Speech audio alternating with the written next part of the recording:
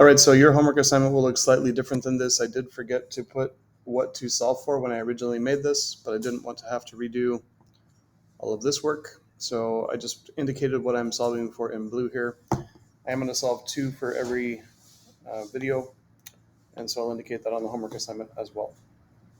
So we are starting with what we have there on number 7. We're solving for y, so we can choose to subtract 12 or subtract z, whichever we choose to do first. I'm going to choose to subtract 12 from both sides, so I will get, you could put negative 12 plus a or a minus negative 12, or a minus 12, either one will work. 12 is gone, I have negative y plus z remaining. Now I need to get the y by itself, so I'm going to subtract the z from both sides. And I will have a minus 12 minus z is equal to negative y. And then that y is negative, so we do need to divide by negative 1 to make it a positive y. Some teachers would do this. They would, and to me that's just confusing on the left side there to have that whole thing divided by negative 1. What's really happening when they do that, it's indicating that they're dividing each one of these pieces by negative 1. So I'm going to choose to write it like that just because it helps me.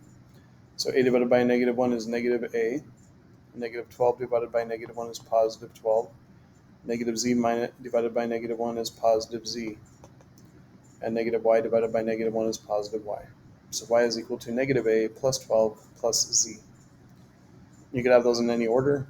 Order doesn't matter as long as it's equivalent. So the one on the right, we're solving for r. I could subtract q or subtract s first. I will choose to subtract s.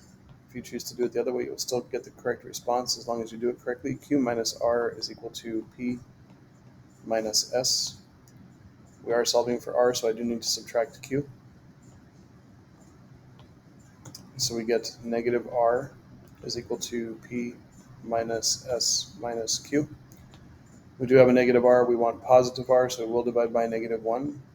And similar to the number 7, I will divide everything by negative 1 individually because it's a little bit easier for me than just writing a fraction bar with a negative 1 underneath it. Negative r divided by r is r. P divided by negative 1 is negative p. Negative s divided by negative 1 is positive s. And negative q divided by negative 1 is positive q.